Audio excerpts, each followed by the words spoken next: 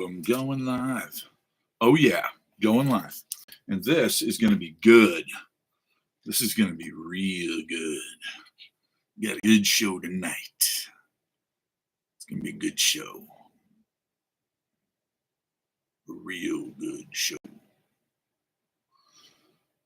All right, welcome to TikTok Live. Have fun. Don't say anything at all. Otherwise, you'll be censored because that's what we do here. Welcome to Censor Central, where even hello can be misconstrued as not good for the community experience. Huh. Actually, that's not true. They don't censor every comment, but they do censor some really odd ones. And by the way, for the community experience, since I'm allowed to see all of the censored comments, I will read them aloud because I believe that censorship is not good. Hey, I got somebody on YouTube. What's happening? How are you, man? My evening is fucking outstanding. If you read the description, today is a very, very, very good day to be in silver. Today is the best day to be in silver since, I got into the silver business, actually, 35 years ago. That's how good a day it is. It's insane. Good to hear, man. Good to hear. All right. Now, I think these are clean. Shared the live. Encourage more viewers to share. Well, yeah, sharing is caring. So, and no, I'm not turning the cactus on until somebody asks me to. Because there's one guy that always points out that I'm not lighting up my cactus. And I think it bothers him a little bit. So I just leave the cactus off until he can tell me to turn it on, at which point I turn it on. By the way, best day in silver ever. I know. You're thinking, wait, what the hell did silver do today? It only went up a few cents. Oh, I know. But when I tell you what happened in silver today, you're... Oh, fuck. All right. I'll turn my cactus on. Uh-oh. Come on now. Oh, shit. Well, that wasn't my plan, to have it explode like that. Now, let's face it. In Arizona, we know how to do cactus. Not so much in China. Oh, come on, man. Oh, gently. Gently. Really? There you go. So, why was today the best day ever in silver? I'll tell you exactly why. Because last night, I've collected silver eagles since day one. Damn, you've got a lot of money in those silver eagles. I just left Buckeye yesterday. We'll come back. Why are you leaving? Don't leave Buckeye. Arizona needs cool people. Now, we don't need nuts. We got plenty of nuts. They moved here from California.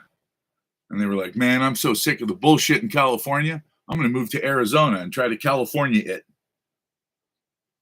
It's not going to work. We have way too much common sense here. So, why was today the best day ever in silver? Because yesterday, the 5th district, 9th district, the appellate court ruled. What did they get you on last night? Oh, that's right. I'm not supposed to be able to go live right now. I'm supposed to be restricted until 9 o'clock tonight, but they let me go back on. They must have looked at my appeal and realized that hate speech really doesn't apply when a guy gets censored for saying something stupid like corn dogs. He said corn dogs. And I said, well, why'd your comment get censored? Because I can see your censored comments. You can't, but I can. They block them from your view for the community experience, but I don't believe in that. So I just read them anyway. And he said corn dogs. And I was like, corn dogs? So I said, look, man, AI must hate you. What have you done to AI? Are you this or that? Or I forget what I said, but I was just giving him a little bit of a hard time about why AI hates him. Well, they thought I was bullying him, and they kicked me off for bullying and hate speech because I was bullying this poor guy because he got censored for saying corn dogs. Let that sink in. Corn dogs. Not related to anything. He wasn't calling me big and corn dog. That's kind of a funny term, but no, he just said corn dogs, and he got, and I can see because they like everything you're saying here, where you guys see joined, liked. Oh, by the way, like the video. Thank you, Trey Uno. 31. Are you 31? Were you an 0331 in the Marine Corps, which would be a machine gunner? Every Marine general denounces Trump. Mattis, Kelly. Well, yeah, of course they do.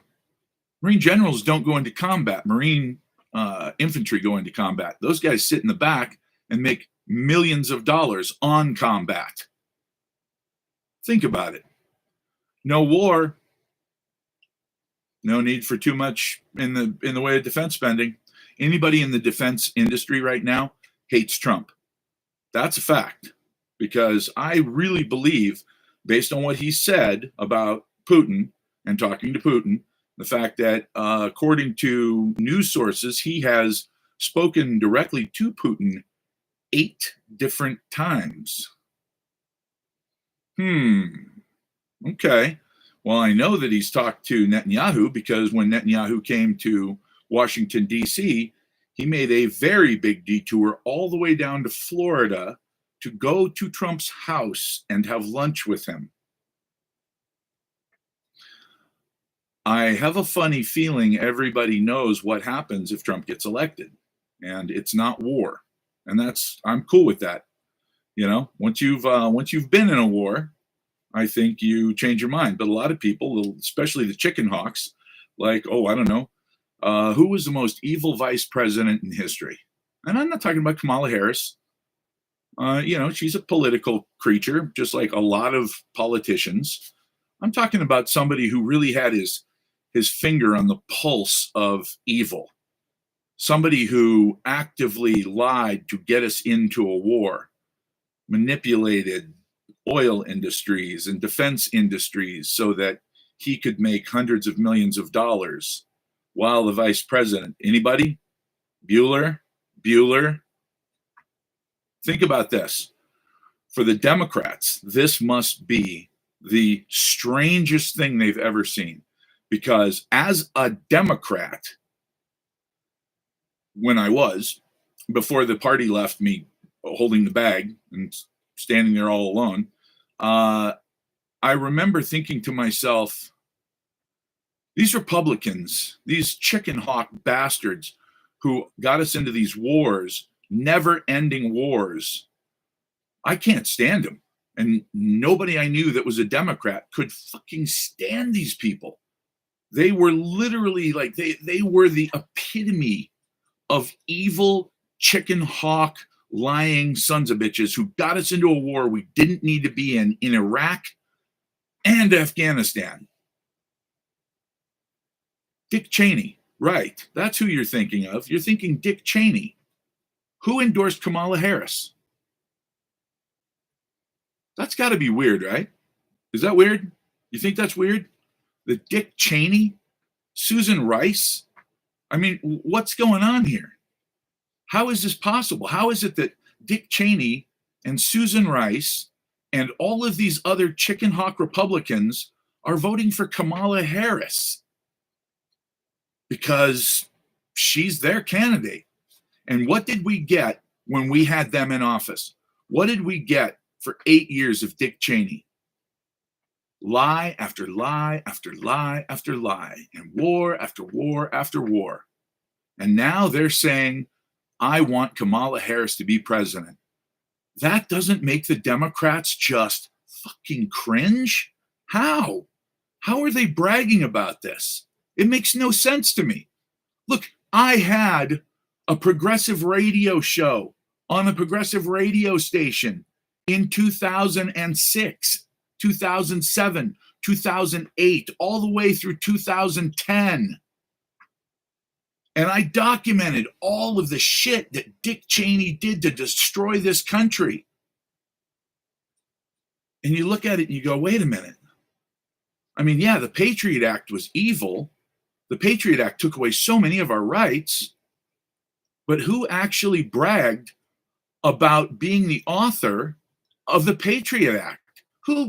Does anybody know who came up with the Patriot Act? I mean, obviously the defense industry and the intelligence industry, but who actually had their name on it? Does anybody know that?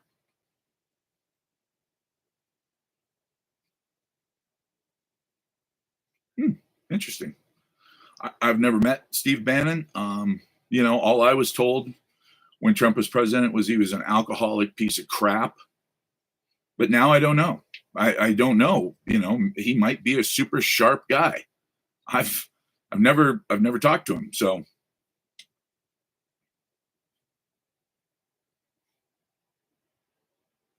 I've been trying to place where you know me from.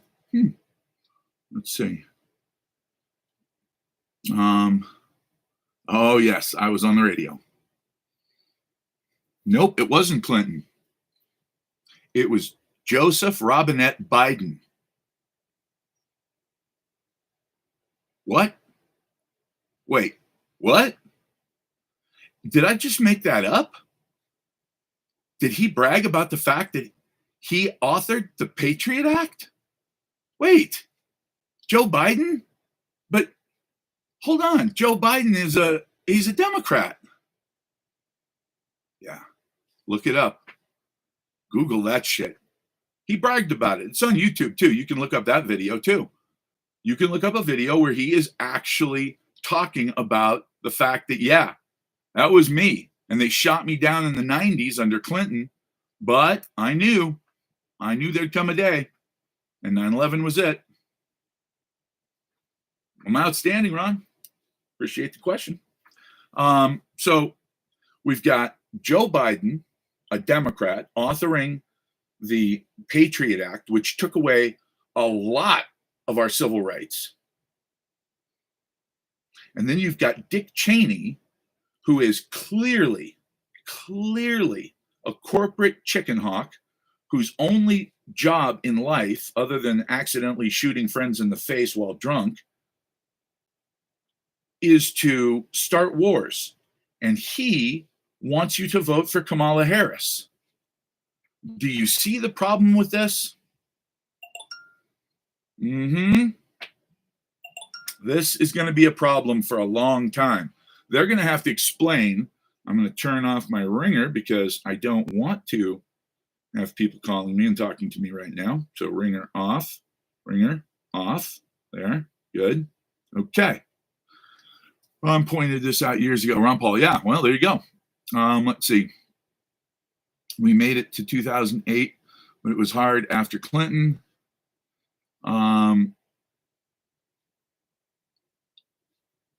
We had a huge factor. Yeah, well, what happened yesterday with silver? You want to know, don't you? In the face must be Cheney. Okay, so naked shorts. Now, I know that sounds kind of fun, right? Hey, naked shorts. It's not fun. What that means is it means that banks and, of course, hedge funds, private equity firms can sell silver that they don't even have. They can dump silver that they've never even purchased. Now, normally, in order to do a short, if I want to short a stock, I go, it's kind of like this. This is the way it was explained to me when I became a stockbroker. You're my neighbor. I come to you and I say, hey, neighbor, can I borrow some sugar? And you say, yeah, how much you need? And I go, you know what? You got a full bag? You say, sure, no problem. You hand me a 5-pound bag. I come back 2 weeks later and I give you that 5-pound bag back. Okay. To you, there's no difference. But guess what? When I borrowed it from you, I turned around and sold it for $3. That's what it was worth. And then 2 weeks later, when it had dropped to $1.50, I bought it back at the store and gave it back to you. What does it matter to you? Nothing. It makes no difference to you. but I got to make $1.50 on your sugar. Pretty cool. Shorting stock is the same idea. You borrow someone's stock, you pay them a percentage to borrow it because they're not your neighbor. You give them a little bit of a point or so, and then you take their stock and you turn around and sell it. Now, the cool thing is, if the stock goes down, you simply buy it back and give it back to them. You can make an enormous amount of money that way. You can make more money that way than if you invest in the market for long term.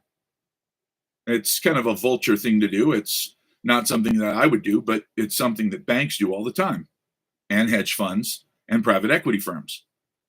Well, with silver, they're allowed to do it without even buying it, without even borrowing it from someone, with no liability. How is that possible? Well, it's not possible as of yesterday. That makes all of the shorts that these banks have on silver to try to drive the price down, betting against it, betting against it, and betting against it, to basically drive people out of the market. Well, now, in order to bet against it, they have to buy it, or they have to get it from somewhere, pay for it, and if they're wrong, they actually have to supply it. What that means is that if they're wrong on, for instance, the COMEX, which they love to manipulate, they'll have to actually go to the LBMA, the London Bullion Market Association vaults, and buy the physical silver and have it delivered. That is a huge, huge risk for the banks. They're not going to take that risk. There's no reason to, because they already know that silver is incredibly, incredibly undervalued right now. You'd be a fool to do that. So they're just not going to. Well, what does that mean? When they stop manipulating silver, what the fuck happens to silver? It's supposed to be at a ratio of anywhere from 15 to a high of 40 to 1 on gold. Right now, it's 90 to 1 on gold. Well, one of two things has to happen now. Either gold has to drop by 50%, which is not going to happen anytime soon, if ever, because that would mean that we would have to have an incredibly restrictive monetary policy where we stop spending money today. Literally, the country stops spending money today. We tighten up our belts. We get rid of all the departments, Department of Interior, Department of Education, Department of, you pick a department, EPA, OSHA, all of it. You get rid of all of it because it's all overhead. Now, I know some of you are screaming, well, wait, what the fuck? Who's going to protect the environment? Right. So you can't get rid of all of it. Somebody has to be on that wall to guard against all enemies, foreign and domestic and domestic and domestic. So, Buffon, you spelled that wrong. Makes it hard to take you seriously when you spell it wrong. Elon Musk is going to do that. He's going to do like you did for X. Well, maybe. Bitcoin just hit 68,000. That's because people do not want to have the American dollar anymore. Get rid of Apex. Apex? No more Head Start. Yeah, I mean, there's a lot of things. There are a lot of things that could be gotten rid of. And, I see what you were saying about Elon Musk, the fact that he wanted to, that he has actually said that if Trump wins the election, he would be willing, and it's a huge job, but he would be willing to actually head the department that gets rid of all the other departments. And it would be a temporary department that would be in charge of cutting all of the fat out of our government, all of the bureaucrats. Can you even imagine? Can you imagine what that would do to our government? It would reduce the amount of people in our government by probably 90%, and the overhead of our government by about 90%. No one wants the digital dollar. I wouldn't say no one. I think that BlackRock wants it real bad. JP Morgan wants it really bad. The poly market. I'm not even sure what you're talking about. Poly market. You got to be more specific. Huh. Ooh. That was this morning's coffee. And when I say this morning, I don't mean before noon. I mean like 6 a.m. coffee. Offline betting or online betting. What's online betting? I think gambling is a great way to cull the herd, make sure that all the people who shouldn't have money, because money, people who don't respect money, don't attract it. Aren't really for the good. I mean, the dollar was okay. Well, the dollar's not really okay. Oh boy, Tony, congratulations. You're the first guy to get censored tonight. You said that'll open your eyes, and they censored that for some reason. It's an odd thing to censor, don't you think? That'll open your eyes. It's like, you could have been talking about a lot of things. Trump is 60%, Harris is 40%. No, that does not surprise me. That doesn't surprise me at all. She did that interview on Fox, which, I give her kudos for having the guts to go on Fox. She knew it was going to be hostile, but it wasn't really that hostile. It was just, a lot of questions. But her the one thing that I will take away from that was you have to take responsibility for what your administration does. She said that. Now she was referring to Trump, of course, but woo, really trying to distance yourself from Joe, huh? Let's see. Prefer physical silver over SLV. Oh, absolutely. Yeah, look, SLV is not silver, okay? Just so we're all real clear, that's not silver. That's paper trading, just like any other paper trade. It's just like any other option on a stock. It's meaningless. It doesn't mean anything. You're never going to take delivery, and they know that. As a matter of fact, it's in their prospectus that if you say you want delivery, they can say no and just give you your money back. Because it says in their prospectus, which nobody reads except this kid, that if they do not have the physical supply of silver when you request it, they can simply say, we don't have it, and give you your money back. Yeah, it says that. And who is SLV? Well, the custodian of SLV is JP Morgan.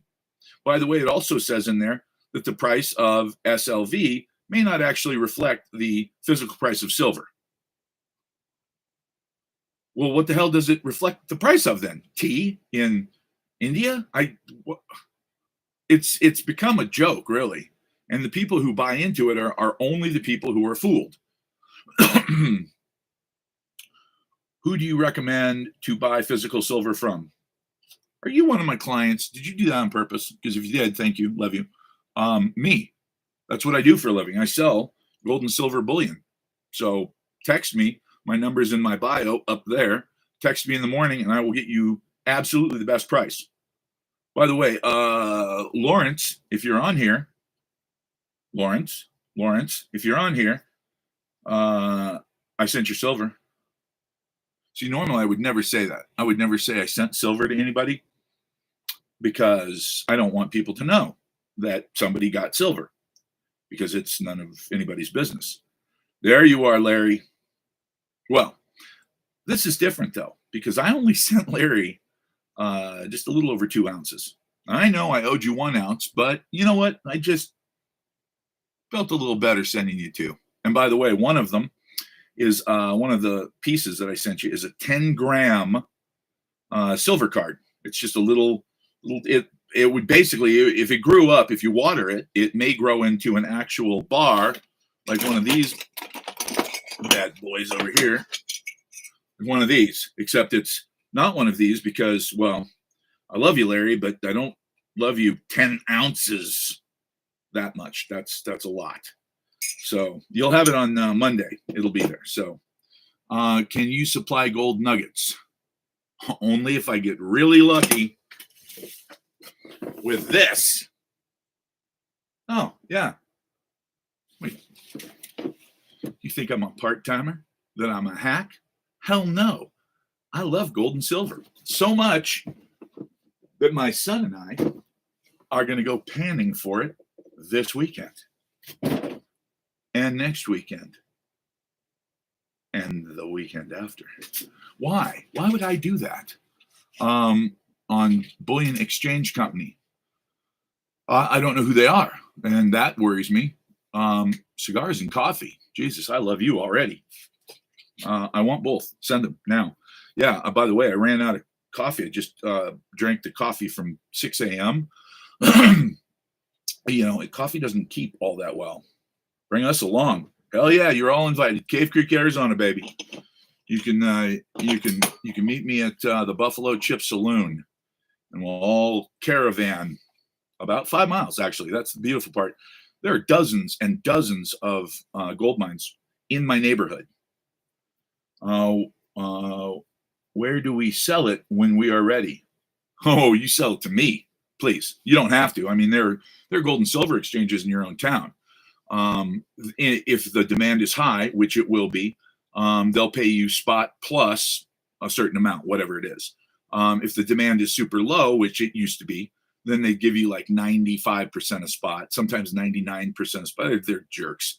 So I would actually recommend you sell it back to me because I'll give you spot price for it. I meant via going live occasionally. What? I don't know. Purchase from APMEX. You paid too much. It's a good company. It's legit. It's reliable. I am a wholesaler for them, though. So I know what their wholesale prices are, and I know what my prices are.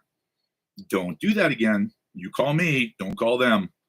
The reason that I have people that are buying 15 and 20,000 ounces at a time is because I'm a wholesaler. Now, my overhead is absolutely, well, look behind me. Does this look like a huge office building full of security measures and vaults and whatnot? No, it's just me. And my advertising budget, I don't pay Russell Brand. I think Russell Brand's an interesting cat, and I like him. Joe Rogan, nope, don't advertise on his show either. You know why? Because I don't have $50,000 a week to piss away unless I screw you guys on metal. So what I say is, looks like you're home. Good call. This is my office in my house. So I don't keep metal here, and I don't worry about security because my enormous dogs know that. How do I guarantee delivery? Well, that's easy. Go back and look at all of the comments and look at all of the videos for years. Somebody would have probably said something in the comments about, hey, this son of a bitch doesn't deliver, at which point TikTok probably would have kicked me off for fraud. But they didn't. Oh, you can also call the Better Business Bureau. Never had a single complaint. Chamber of Commerce of Cave Creek, Arizona. I'm a member. It's kind of dumb, but I'm a member anyway. I don't really sell a lot here. Although actually in the last 6 months, I've actually gotten a lot of local clients.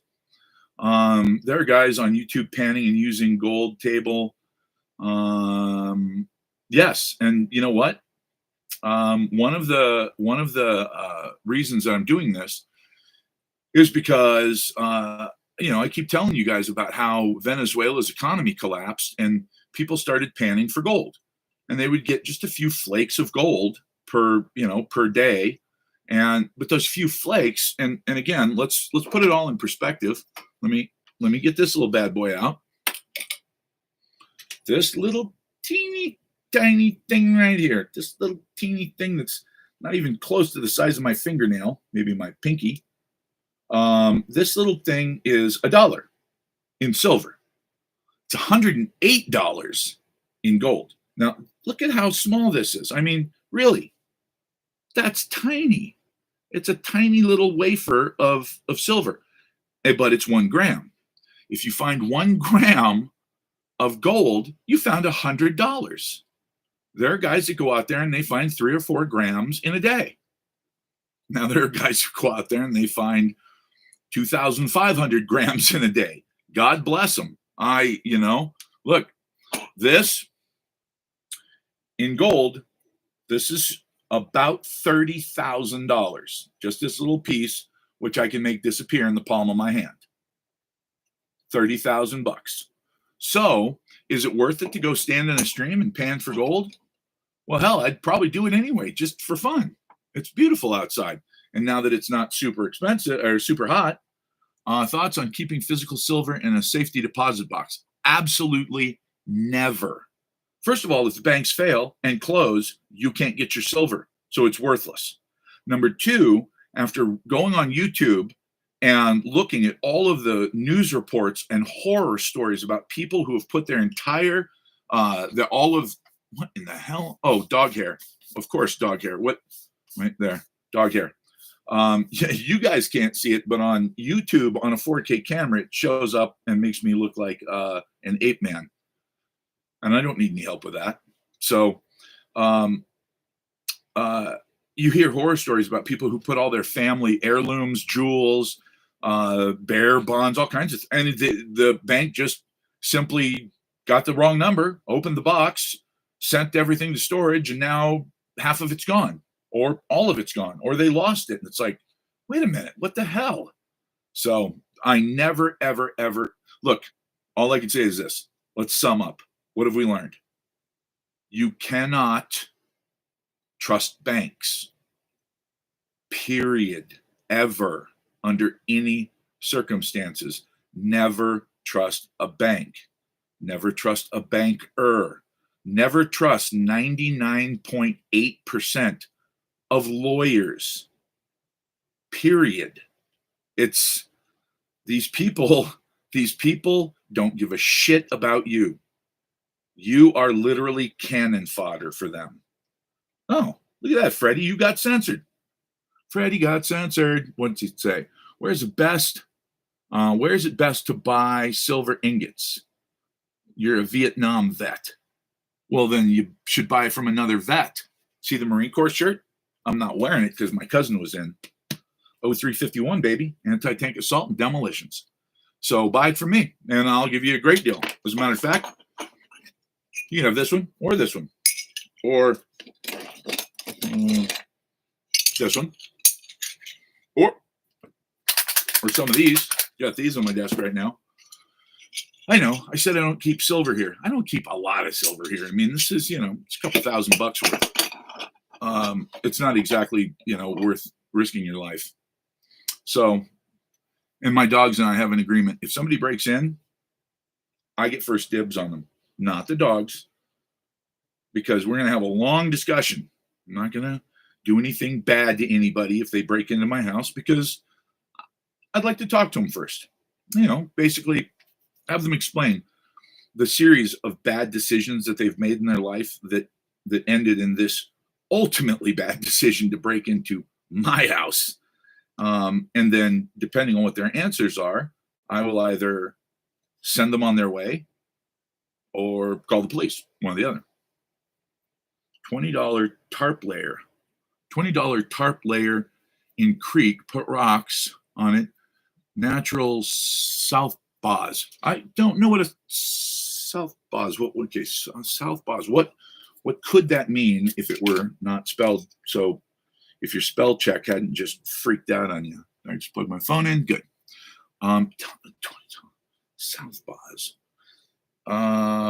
There's a what's that thing called? I don't have one. I didn't get one of those. Sluice box. There you go. Southpaws. A sluice box. Yeah. That's I know that's a tough one to spell, and I don't think there's a spell check for that one because not a lot of people use the word sluice. But yeah, a sluice box, that makes perfect sense. And I saw how a lot of guys have small sluices that they just put in the river, and they, not sure what the regulations are on going after gold in national parks or state parks. I am not going to ask, because if I know that you're not allowed to, then I really can't.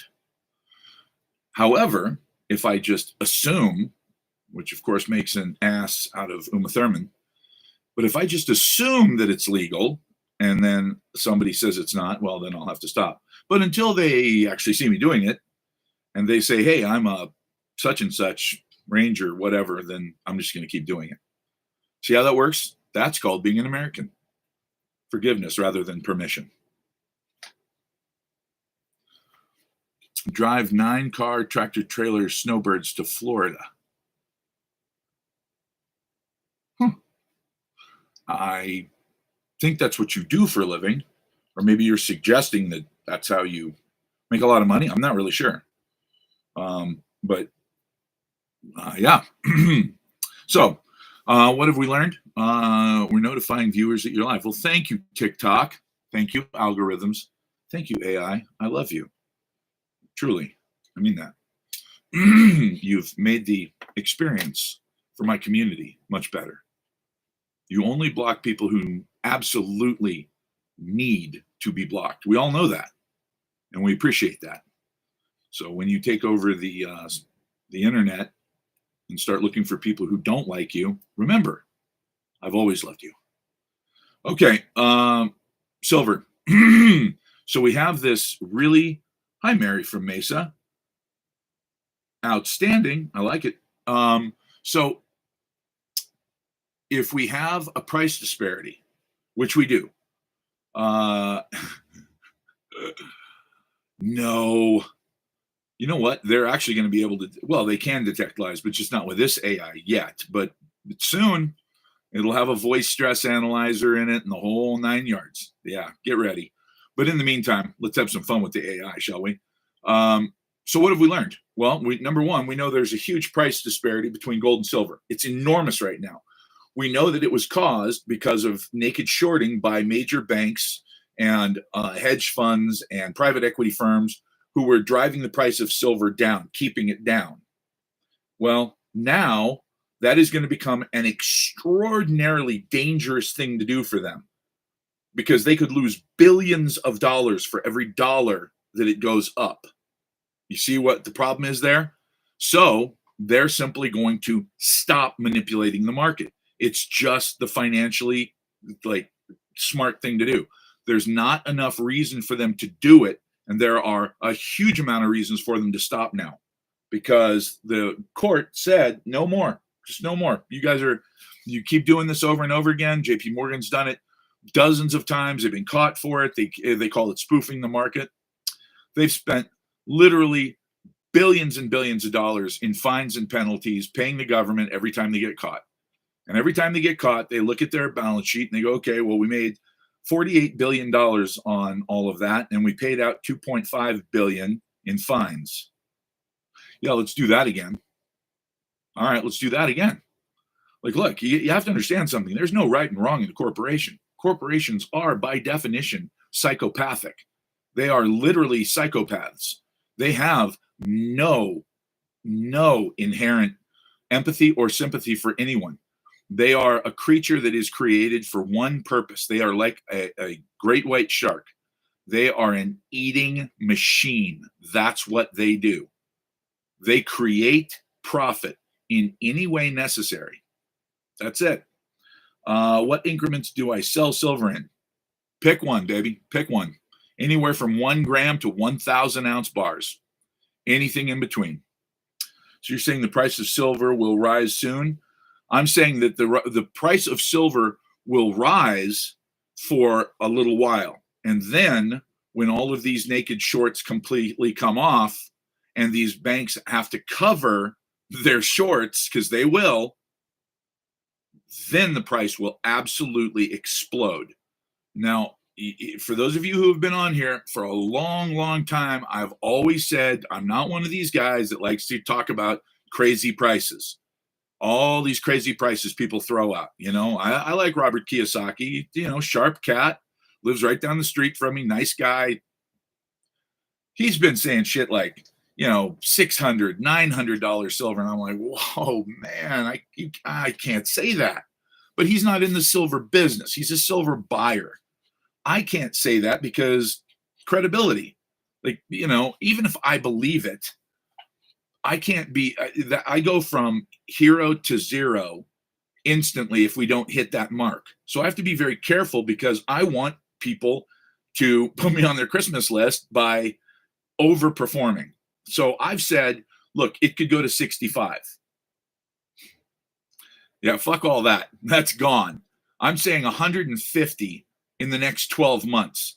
Absolutely 150 in the next 12 months. There's no question in my mind. And it will start to go now. This decision is the biggest decision. This is like Chevron deference is to starting a small business.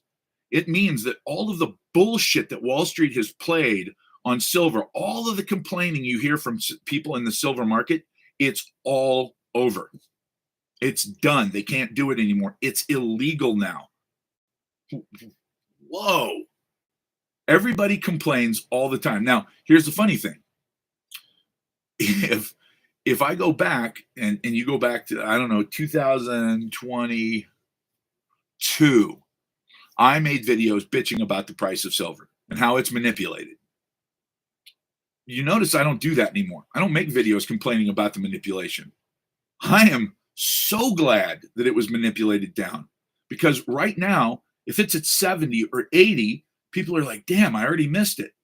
No, you didn't miss it, but they would feel like they did. Now, we're still in the low 30s. That's crazy. The other day, a shit jobs report came out, and guess what? Silver went up anyway. Silver gets hammered every time a bad jobs report comes out. A good jobs report. And the good jobs report was, of course, a lot of government jobs, but the bottom line is Wall Street went, yay, look, the labor market's great. Bullshit. However, every time one of these headline numbers comes out, even if it's false, it hammers silver. Not this time. I would say that the best increments are 1 ounces. They're 1 ounces. Now, you can get smaller. You can get 10th ounce. You can get 1 gram. But keep in mind that, well, that's the problem with 1 gram, isn't it? Oh, there it is. I get several of these laying on my desk. I just can't find them sometimes. But this little 1 gram, the amount of money that it costs to buy 1 gram, when you buy 31 of these, which equals an ounce, you're going to end up, because of the premium, you're going to end up paying about $60. Why would you pay twice as much for spot? Just to get these little increments? I wouldn't do that. Now, if I can get them, I always buy them. That's how I've got them sitting around, because I always buy them if my wholesaler says, oh, yeah, you just take the grams. I don't care. Some people, they absolutely hammer you on price. Some people don't. I've got one wholesaler who doesn't give a damn about half ounces or doesn't care if it's quarter ounces or 1/8 ounces. He doesn't care. He's like, price is the price, 1 ounce or not. Okay. When I get those deals, I always grab the most amount of small increments I can. But on average, the best premiums are going to be on 1 ounces. Now, here's the thing. Will the premium be lower on a 10-ounce bar? Slightly. But what happens if this goes to $150 an ounce? What do you do with it then? I mean, that's, now you're talking about $1,500 for this little chunk. It becomes something that you can't use on a lot of things, on day-to-day things. Silver certificates are paper. Yes, they are. Silver certificates are paper that were backed by silver. What is this? You got, Ronald, you got censored. Smart.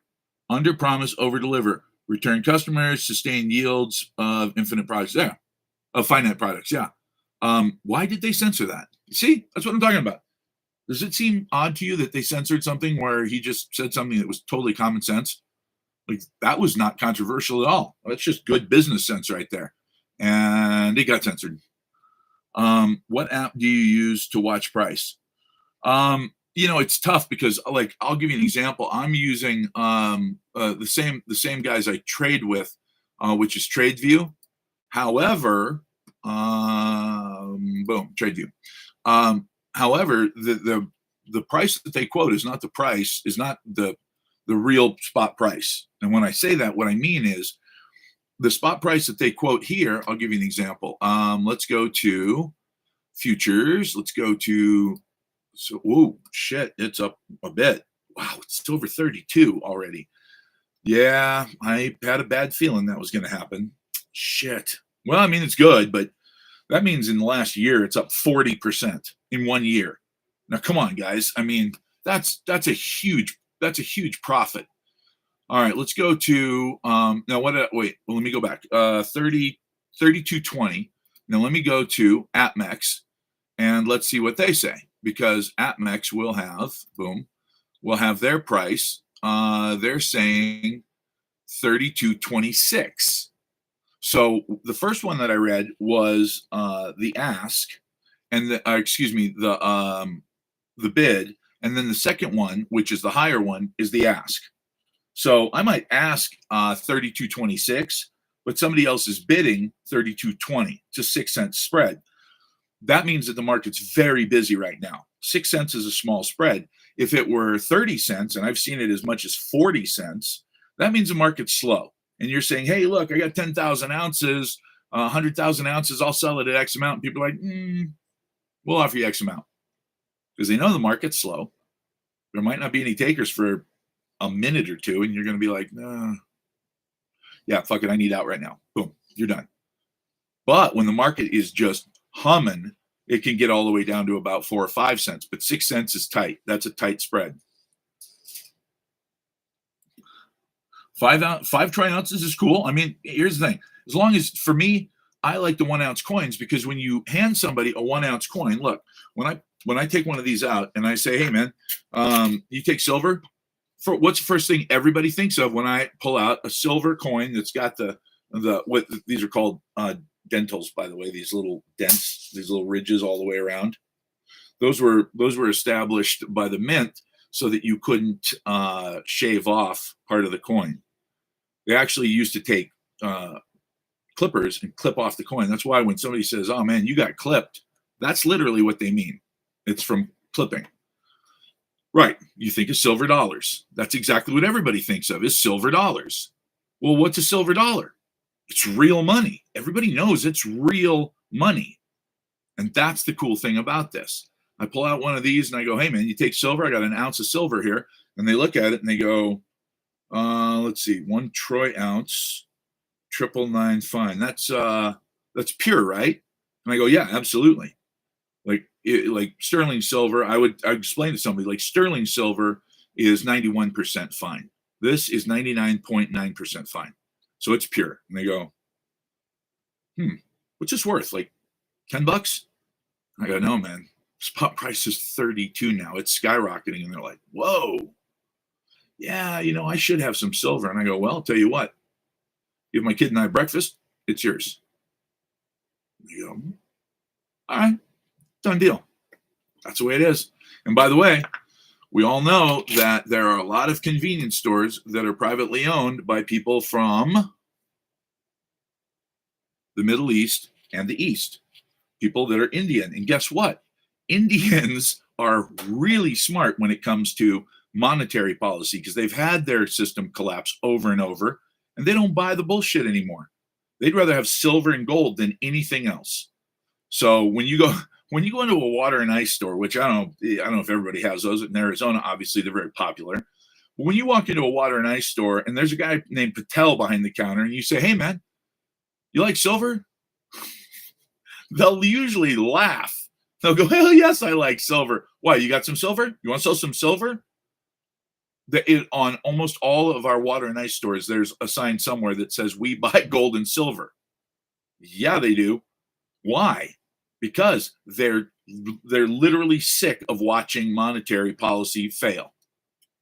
They scammed us by taking the silver out of coins.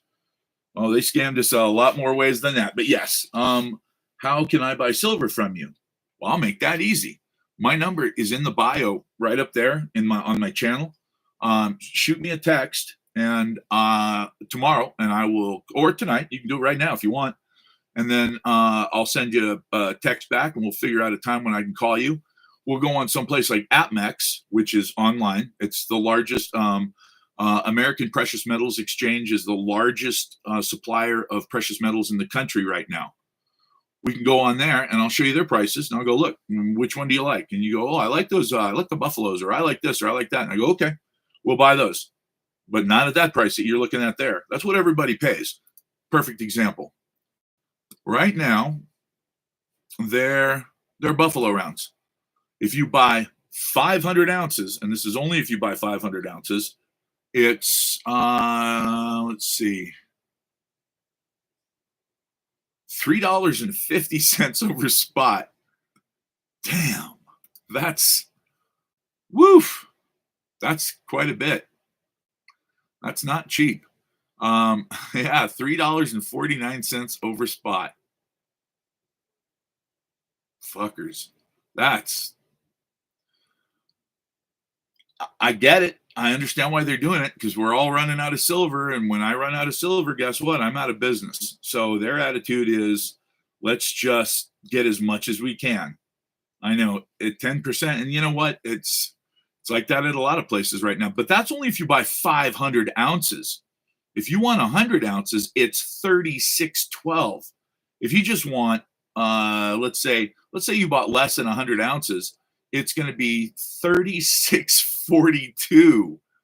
Oh my God, $36.42. That's $4.20 over spot.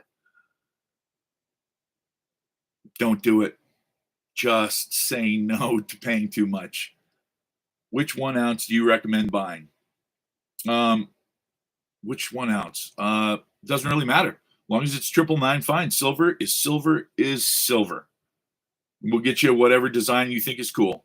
How about 1,500 ounces? Oh, I'll kick their ass on that deal. That's enough that I can actually really start to squeeze them hard, because my wholesale price is not their retail price. So how much are you over spot?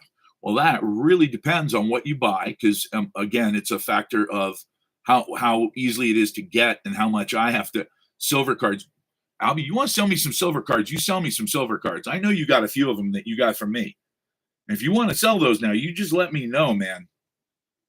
I have plenty of people who would love to have those, and I know what you paid for those. So you've already made, as far as a percentage, let's not talk about the dollar amount, because, you know, that's nobody's business.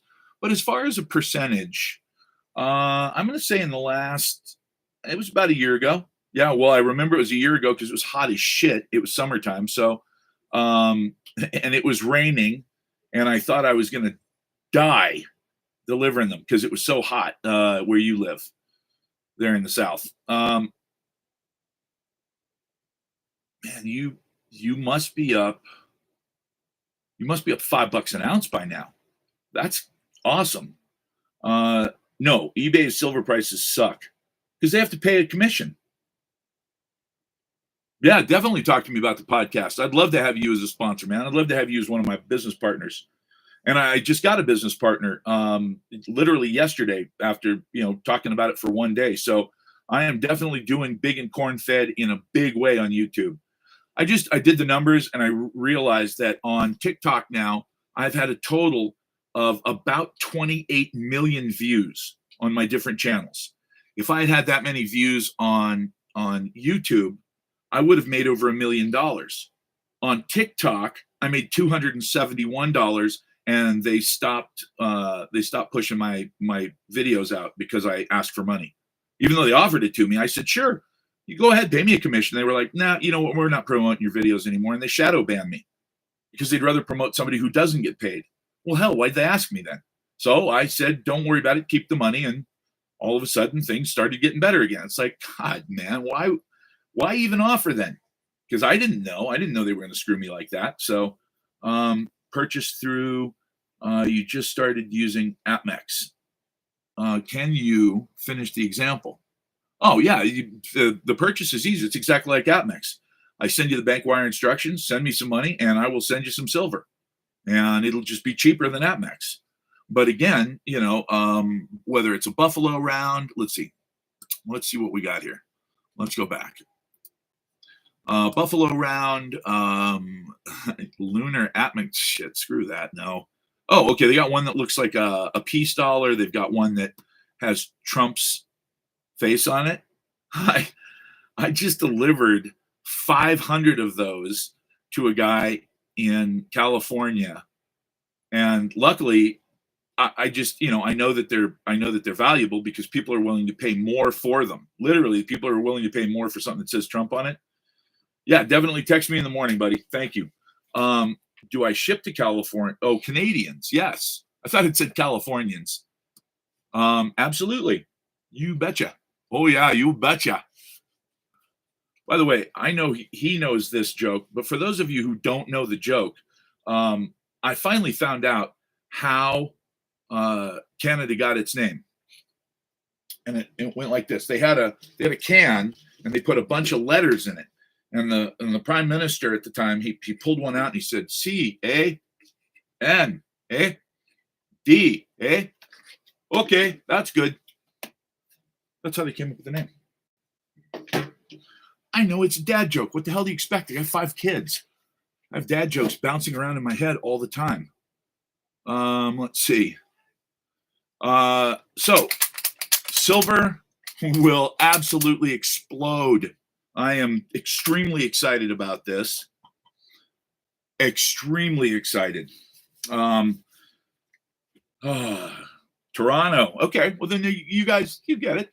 It's a fun Canadian joke. Look, we didn't tell a lot of Canadian jokes in the United States until the coronavirus, and then we started telling lots of them, but they weren't really nice anymore. But I love Canadians. Not sure that I like your government any more than I like ours anymore, but Canadians are awesome, man. If you guys just want to move to Arizona, come on down here. The one thing you will miss, we have 4 seasons, just like you do, but our seasons are different. We have early summer, summer, late summer, and next summer. Those are our 4 seasons. So as long as you're good with that, what about silver? Buy some from me. Come on down. We'd love to have you in Arizona. Yes, I am in Arizona. I'm in Cave Creek, Arizona, just north of Phoenix proper. Kathy, what's your question? What do you want to know about silver? I'll tell you all about it. Oh, were you asking about prices? Because I just went over that, but yeah, there's the Trump rounds. Luckily, the guy, as it turns out, because I don't ask somebody their politics. If they want to be my client, then great, I'll get you silver. None of my business.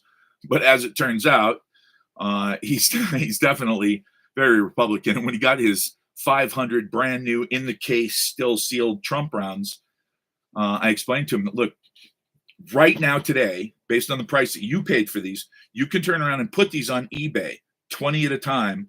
And on these 500 ounces, you could probably make $2,500 right now. And he said, hell no, I'm never selling these. Let's see. Are 100-ounce bars hard to get rid of?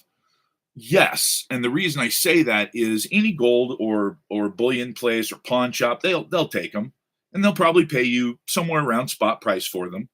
The problem is, if you want to sell them to somebody who's not a silver guy, how do they know that it's actually 100% silver? It's a big bar. Now, something like this, a lot of people will take a risk on. Obviously, something like this, a lot of people will take a risk on, because if it's silver on the outside, it's probably silver on the inside. Even these, you don't get a lot of questions. You start getting into big bars, you're getting into big money as well, and that makes people nervous. So they have to have a gold and silver tester. If you don't have an Omega gold and silver tester, you're kind of screwed. So that's the problem. What do I think it will go to? Before yesterday's decision in the courts, I was very comfortable saying $65. Now that the court has outlawed naked shorting by all of the major banks like JP Morgan, who's also the custodian of SLV, you buy SLV so that silver will go up, and then you find out that the custodian of your ETF is actually doing naked shorts and betting against you. What the hell is that? That's just not right. Well, it's illegal now. As of yesterday, it's illegal. And even if they want to keep doing it, they're going to have to go through years and years with the court. And I don't think they'll win, because it's so obvious the manipulation that they've done and how bad for the market it's been over the last 50 years since they started ETFs, that nobody's going to allow them to do it again. When silver prices rocket up, what's your exit strategy? I'm guessing not transfer to, I don't even know what dead ferns are, but yeah, here's the strategy for getting out is simple. When do all people want a product or service the most? When do 90% of people get into the stock market? Right before the bubble pops. When do 90% of people get into real estate? Just like the last 5 years. Right before the bubble pops. That's always the way that it's worked. It's never been different, all the way back to the tulips back in Holland in the 1600s, because everybody is in, I'm going to miss out. And the fear of missing out creates this insane, idiotic desire to make money. Now you see that it's already gone up to $150, $200, and people are like, no, it's good to the moon. It's going to be $800. Well, you know what? If enough people believe it's going to be $800, it fucking will be, but not for us, not for you and me. I will call you and say, look, I've got X amount of offers for this much over spot price. You want to sell me what you got? If you say no, then that's no. That's fine. You just keep it. That's up to you. If you say, hey, what's your advice? I say, look, you bought it at $32.20 or $34 or whatever, $35. I say now that we've quadrupled or made 5 times our money, that's pretty good. That'll protect your dollar for several years. So you might want to get out just in case this is what it looks like, a bubble. Oh, it's easy. My number is up in the bio on my channel. If you go to my channel, my phone number is right there. Shoot me a text now if you want, later, whenever. That's why I love text, because even if it's late tonight, I'll still get them, and I'll call you first thing in the morning after I've had a huge tankard of coffee, 30 ounces, and it's just barely enough. I like coffee. Coffee saved my life in the Marine Corps. I look forward to it, Butch. Yeah, actually, that's a true story, because we used to, there were times where they would kick us and say, get up, put the red lens on your flashlight. We're going. It's like, oh, fuck. I just fell asleep 35 minutes ago. Okay. And you're just completely out of it. Luckily, at that point, you're 19, 20 years old and you got tons of energy, but you just go, oh, fuck. All right. They allow you that sometimes they'll allow you to run to the chow hall and get coffee. And they have these urns of coffee that are like, literally, they're huge. And they'll put 5 or 10 pounds of coffee in the top, and they'll run 15 or 20 gallons of water, hot water through it.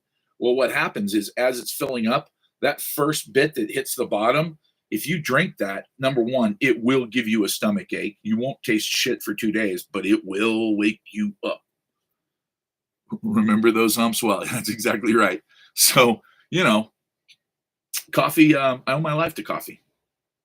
And so I drink coffee every day out of respect. And it tastes good. It doesn't hurt. And I like being wired. Between coffee and Adderall, I'm usually pulling about 10,000 RPM in my own mind. Even when I'm sitting somewhere staring off into space, people are like, hey, man, you tired? And I'm like, nope, not tired at all. Just thinking. What are you thinking about? You don't want to know, and I can't talk that fast. And that's basically it.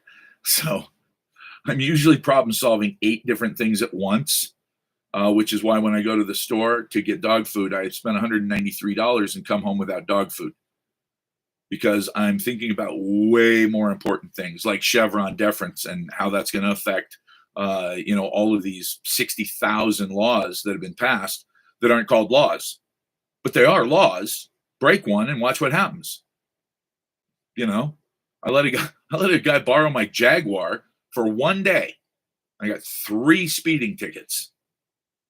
The hell, I wasn't even in the car. But you know what? They sent him to collection. They're trying to screw my credit because they sent me a ticket from a photo radar, even though I wasn't driving. What? Not something I'm happy with. So I'm mulling over whether or not I should take the time and spend the energy to sue the government over that. Any thoughts on when Chevron might be decided? It's decided. It's over. It's done.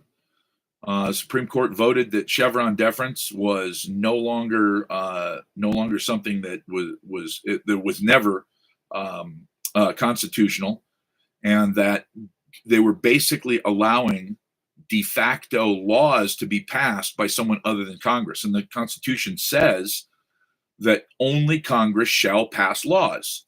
So when the EPA comes out with some stupid thing that says, oh, I'll give you the perfect example. The EPA says, well, we're going to mandate that everybody has to have an electric car by a certain date.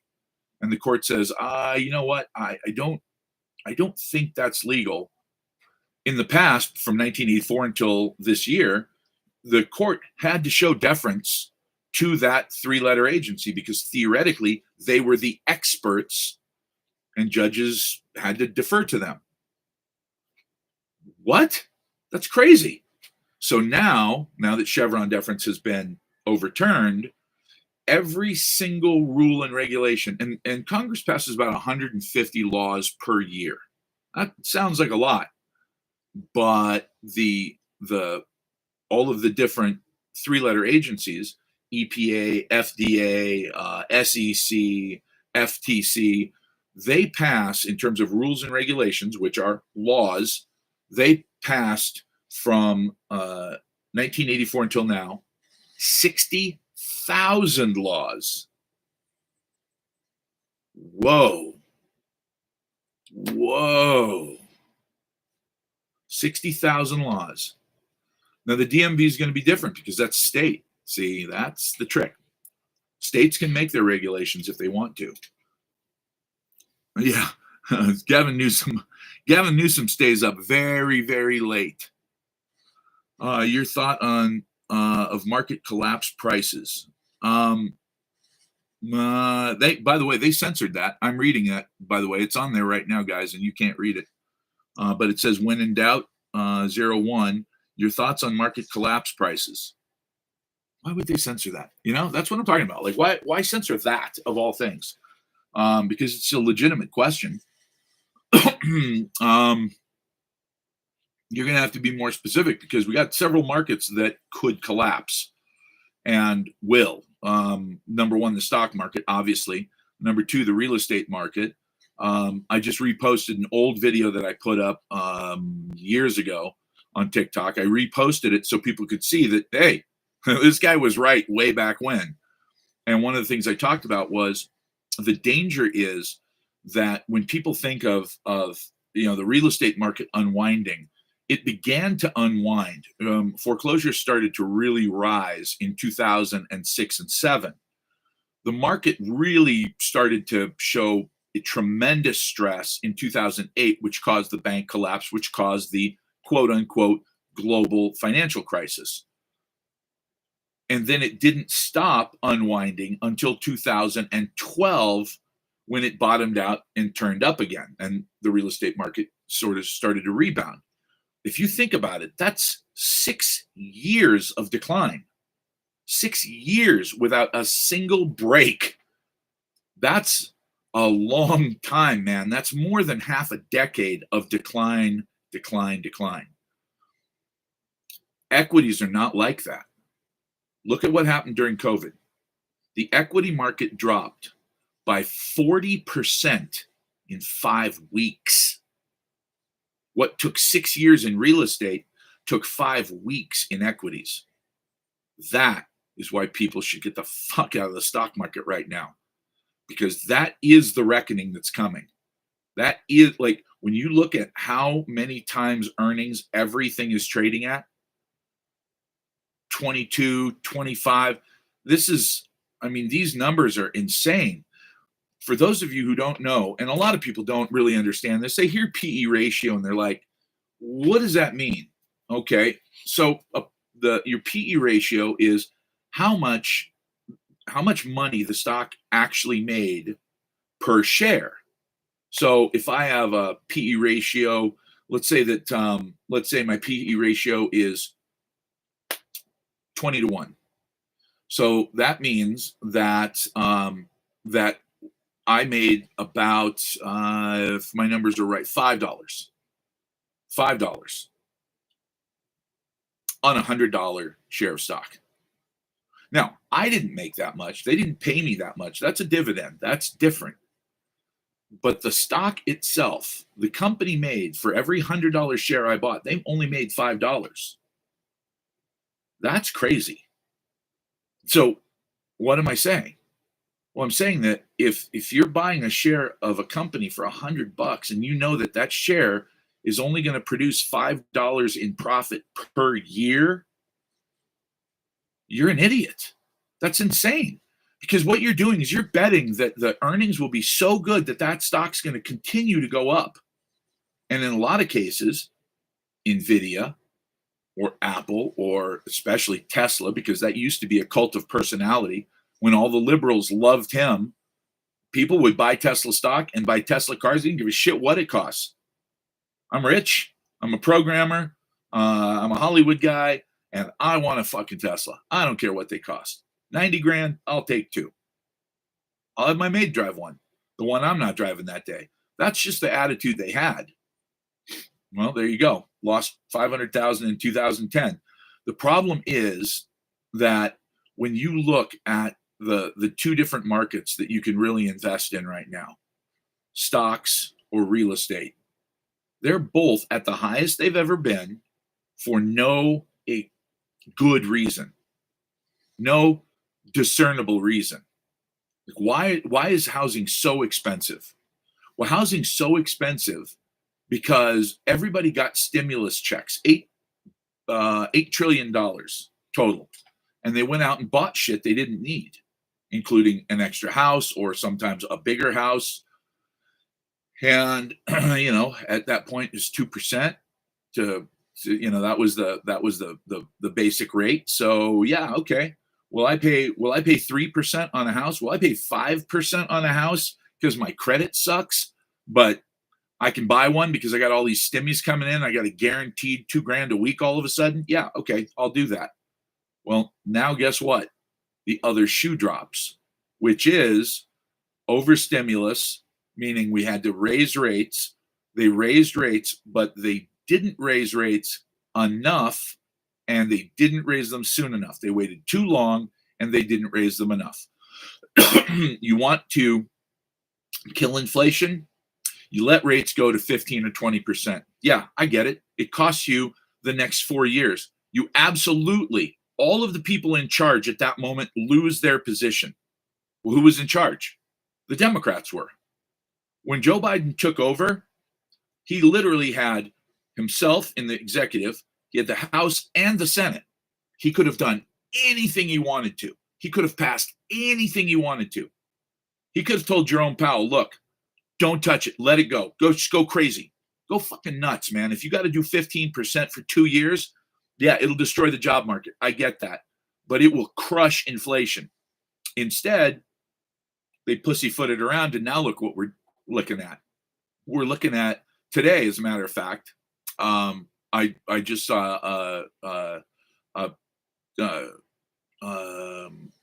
Antonio. I forget his first name. PhD in economics, and Peter St. Onge, who's also a PhD in economics, both professors, and they came out with with their new findings. They actually factored in all of the things that are manipulated out of the CPI, things that we actually do need and use, and they actually went in and looked at the real inflation rate.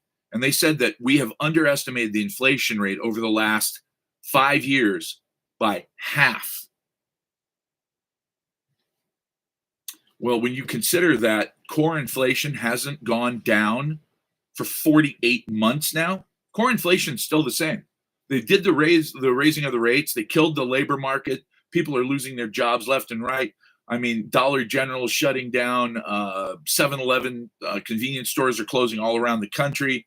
You look at all of these closures, all of these companies that are disappearing, and you say, wait a minute, the job market's not great. Labor market sucks.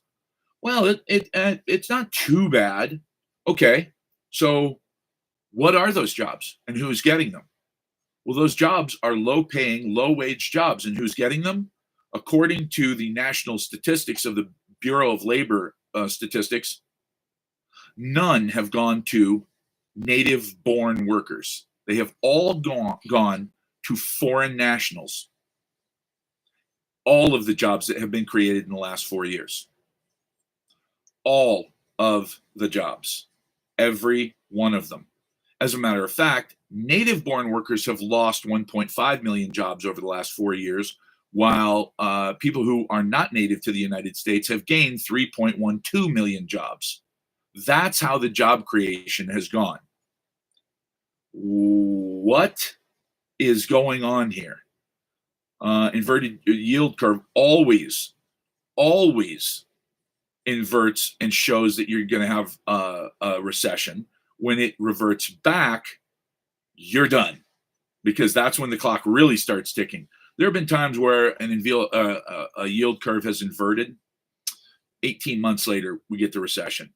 Never has a yield curve inverted as much for as long as this one did. This is a new norm, and the new norm ain't pretty.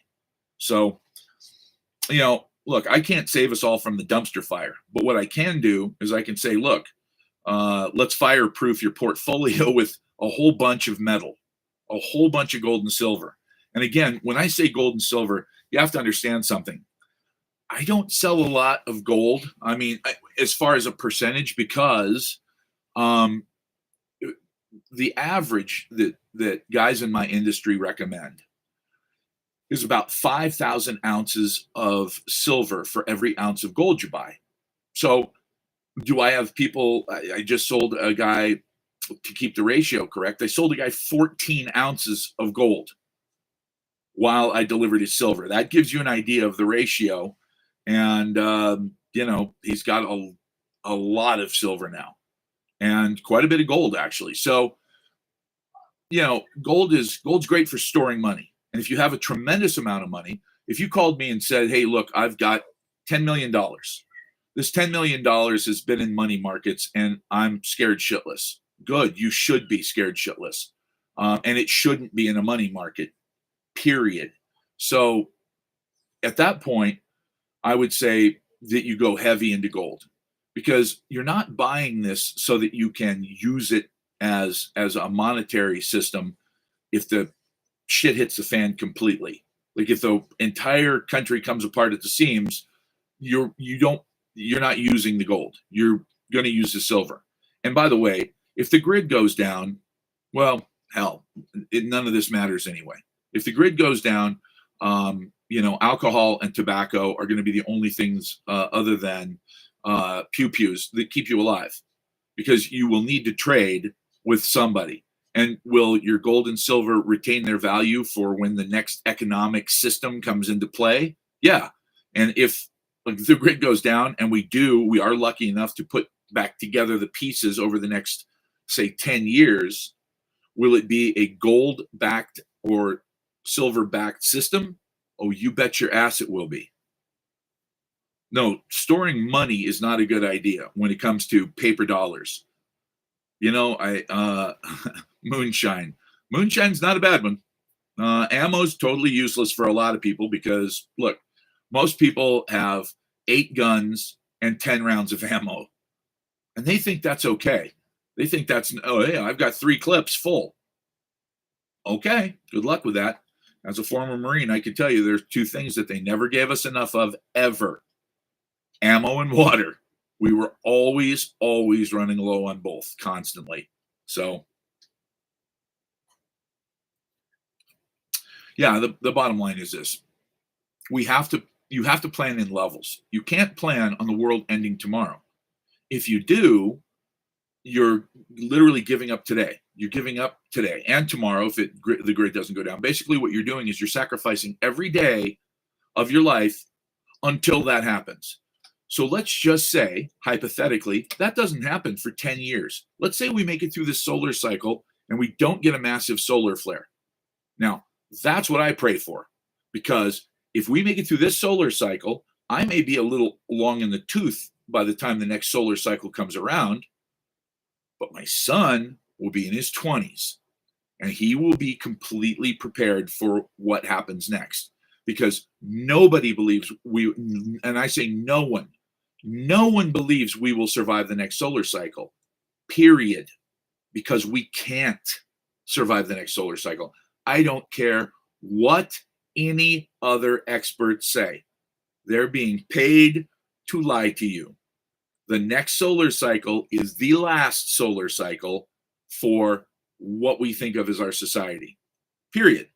That's it. There's no more after that. And the reason I say that is because if you look at what's going on with the magnetic poles flipping, Earth's magnetic shield is dropping faster and so fast, as a matter of fact, that NASA and ESA gave us updates every single year. This is how much the magnetic shield has dropped in strength. This is how much our protective shielding from the sun has dropped in strength. And in 2012, they stopped. So did the European Space Agency. They stopped giving that report. Now, as you know, NASA's reports are all public because NASA is a publicly funded operation. Nope, not anymore. They will not tell us. And I have gone to NASA and I have asked them specifically for that information because I know they have it. And they said, we are sorry, we can't share that information. And I said, you won't share it or you don't have it. And they said, we can't share it. Okay, well, that's all I needed to know. Thank you. I'm out. Tell me more about the solar cycle. Basically, we have a bunch of different solar cycles. Okay, just so you know, we've got minimums, we've got maximums, and then we've got grand minimums. We don't have anything called a grand maximum that solar scientists are aware of yet. That doesn't mean they don't happen. We just don't see them on the sort of the time clock of history.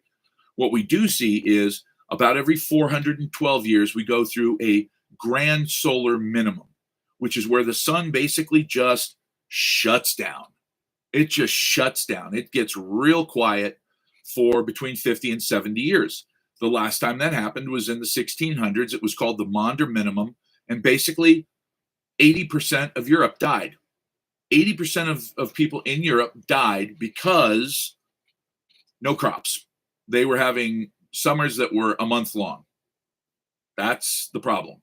So we're due for one of those, but not for another 20 or 30 years. And during that time, they what they referred to it as, they didn't know it was called a Maunder Minimum back then. They just called it the Little Ice Age. It was the first time in the history of England as a country, after William the Conqueror, it was the first time that as a country, anyone had seen the Thames River freeze over. They would actually hold their fairs out on the ice during the wintertime because the ice was so thick that you could literally put thousands of people out there without it fracturing. It was several feet thick. That's how cold it was. The Thames River doesn't freeze over, and it hasn't since the Maunder Minimum. So those happen every, basically, if you average it out, every 412 years. That one was up till 1670. So yeah, we're due. But nobody thinks that this next solar cycle will be it. And remember, a solar cycle where we go from minimum to maximum to minimum to maximum is an 11-year cycle. And the sun does this. We don't know why. No one knows why. There are no solar scientists on this planet that know why. Whether they're Russian or Chinese or they're from Norway, it doesn't matter. And the reason I know that is because I study all of these universities where the solar scientists are looking into it. And we're stumped. We don't know why. We have a funny feeling we know why the sun does what we call basically a micro flare, like a miniature nova, and that we don't even want to talk about that. That's catastrophic. Is global warming part of this? Absolutely. The sun controls the temperature of the Earth. Now, the reason we don't call it global warming, by the way, is because the solar maxims have gotten smaller. They're less intense. The most intense ones were back in the 50s, And as you can see in the 60s, 70s, and 80s, the temperature was going up. And then they made this film about the inconvenient truth. And literally the year that came out was the last time that the Earth actually heated up overall. Now, have we had hotter summers? Yes. We've broken hundreds, sometimes thousands of heat index records. And that's all they talk about. But what about cold index records? They don't ever talk about that. And that's why I say figures never lie, but liars always figure. If I say I had the hottest summer ever, and I show you that I broke 1,500 heat records around the world, you say, man, that's the hottest summer ever. That's right. Yep. Let's talk about that. What about cold index records? Oh, well, actually, I broke more of those. Well, what do you mean? Well, I broke 1,600 of those that same year. Okay, wait. So you broke all the heat index records, but you broke all the cold index records too? Yeah. So if we average those temperatures, are you saying that the Earth has cooled? Yeah, it has. Now, is that my information? No, that's from the IPCC. These are the guys who are supposed to be the experts on climate change. And they have 104 models that they use because you can't make a model of two different dynamic fluids, one's the atmosphere and one's the ocean, and ever guess that they're going to be even close to right. It's impossible. You've got so many different mechanisms and so many different things that happen at so many different times that you can't predict what the ocean currents are going to do exactly, which you need in order to figure out what the atmosphere is going to do exactly. So, and then there's this one problem that they haven't factored in until literally last year. This blew my mind. The IPCC didn't factor in the effect of clouds. They didn't factor in what's called albedo effect. Albedo effect is when the sunlight hits something very light colored and just bounces off, including the radiation and the heat. That's why once you reach a certain point with the ice caps during an ice age, whoosh, the rest of the Earth freezes over quickly. Not around the equator usually, but when you get to a certain point where enough heat is bouncing off into space from the ice caps that it just becomes a vicious cycle where it just keeps getting colder and colder and colder and colder and colder. Oh, okay. Well, wait, you guys didn't factor in clouds? No, we didn't. Okay, well, here's one for you because this one really blew me away. Semper Fi. This one blew me away. I want you guys to hear this. I'm not making this up. You can go right now and you can look. The article is still all over the place.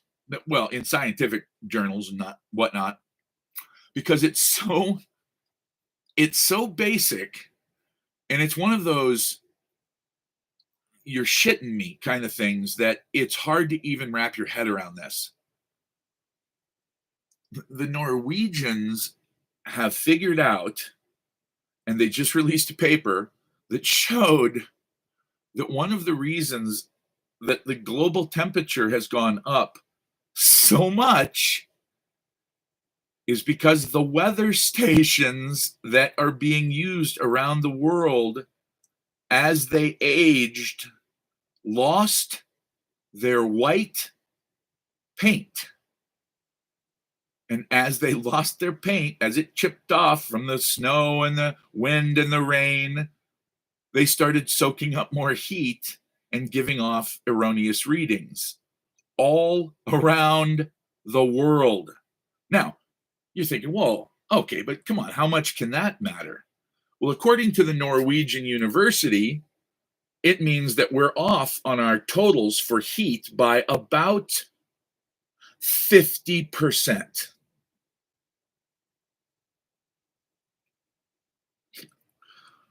Because nobody painted the fucking weather stations?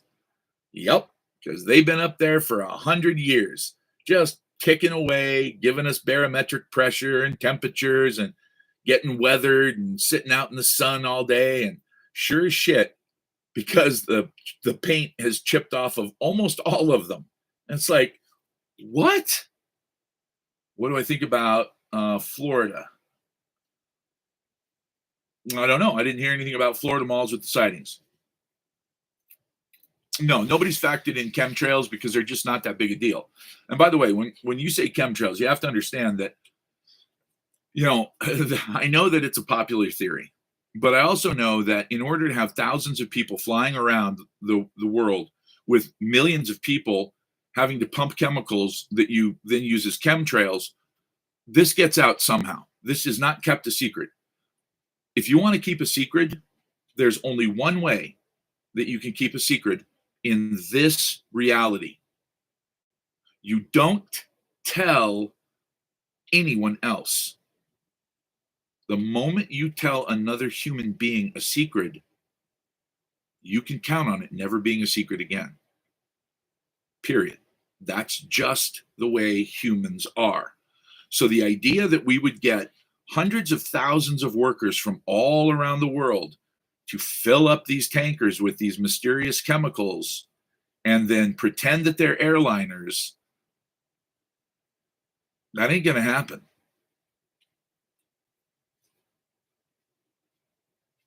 Well, the Earth getting closer to the sun, you have to understand that we don't have a perfectly round orbit.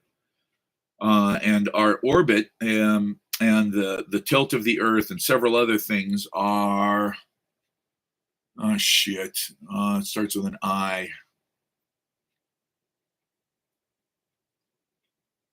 There was a famous scientist who factored this in, and he showed that it does have an effect. The oblong nature of our orbit around the sun, the tilt of the Earth towards the sun, because remember, we're at an angle, obviously, but we wobble, and that wobble is about 23 degrees. So when we're wobbling, and which takes 26,000 years to complete one wobble, it's called the Great Year, and every single ancient society knew about it. That's pretty strange, considering that 1 degree of that wobble is 72 years, the average human lifespan. So you're telling me that somebody over the course of their entire lives, from the day they're born till the day they die, can watch and see that we are wobbling by 1 degree? All the ancients knew about it. Every ancient society. Most of them had the same word for it, the same term, the Great Year. Thank you very much, David. Milankovitch cycle. And obviously, I knew what it was called because look at that word. Do you get Milankovitch out of that? It's Milankovitch. Let's see. The inclination. Well, the inclination of our wobble has a lot to do with it. So the Milankovitch cycle is all of these things factored in. Thank you, by the way, for that. For some reason, I thought it started with an I. I am outstanding, Dorothy. Thank you. Let's see. The spiritual can tell your secrets. There are no. Wow. If that's a complete thought, that's neato. So my point was that all of these different things, how close we are to the sun, the tilt of the Earth, which is a 26,000 year cycle, all of these things factor into how hot or how cold the climate is. Remember, when we are at our farthest point tilted, that causes extreme summers and extreme winters. When we are when we're as high as we can get, we're never perfectly straight up and down. But when we get closest to that, then we have milder summers and winters. Because obviously, when you're on this side, you're not faced away that much on the northern hemisphere. And when you're on this side, you're not pointing towards the sun that much on this northern hemisphere. But when you're like this, when you're over here on your way around the sun, that's a long time to be pointed directly at the sun. That will heat your ass up. are stock options a good career move? Well, I mean, how do you mean stock options? Do you mean like the company that you work for? Is that what you're asking? Because stock options have made a lot of people very, very wealthy, depending on who they worked for. You got to remember that stock options, I mean, there were guys who worked for Sparkletts Water back in the day. Oh, you're talking about just buying puts and calls. Well, I mean, there's a lot that goes into it. The delta, the timing, the how much longer till expiry date, all that shit comes into play. But if you're a good swing trader, okay, well, let's say that you're as good as Jay Bravo on YouTube. I like him. He's a goofball, but I love the guy. His intentions are good. You can tell he wants to educate people. Okay, well that's different. If you're talking about stock options where you work, then it's going to depend on how much they're charging for them, when you can exercise them, and the spread between your options and your stock. If they're saying, look, hey, we zero. Oh, you can exercise them immediately. Is that what you're saying? Okay, Troy, how are you, buddy? Okay, so the question is, if they're giving her stock options, a lot of these people, she gets free stocks. Well, I'm gonna have a real hard time arguing with free. You know what I'm saying? Like, yeah, that's that. I don't think you can do better than free. I mean, maybe somebody gets paid to take stocks off their hands, but I doubt that very seriously. So free is great. And again, what's the industry? Tell me what the industry is, and I'll tell you, I'll give you my prognostication for the next 5 years. Because some industries are going to get their asses handed to them, and some are going to do absolutely spectacular. Oh, she has to hold them for 6 months. Okay, that's not too bad. Hey, with restricted stock, you got to hold it, 144 stock, you got to hold it for 2 years. So 6 months is not bad. Industry, what's she doing?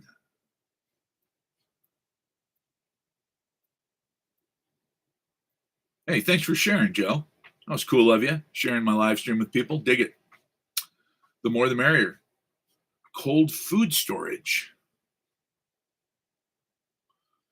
It seems to me that that's something you're going to need in a recession, a depression, or when the market's booming. I mean, that's kind of one of those things where it's like, I'll give you an example. When people, and again, something that you want to look into, because this will actually affect the bottom line of her company. Do they specifically make like refrigerators and freezers, or do they make refrigerators and freezers and parts? Because if they're making parts, I can tell you that they will do very well with the amount of restaurants and retail chains that are closing. That could hurt their bottom line. However, if they also manufacture parts, they only store food. Well, that's weird. All right, so they store food themselves. Interesting. Huh. James, you're in South Africa. Good for you.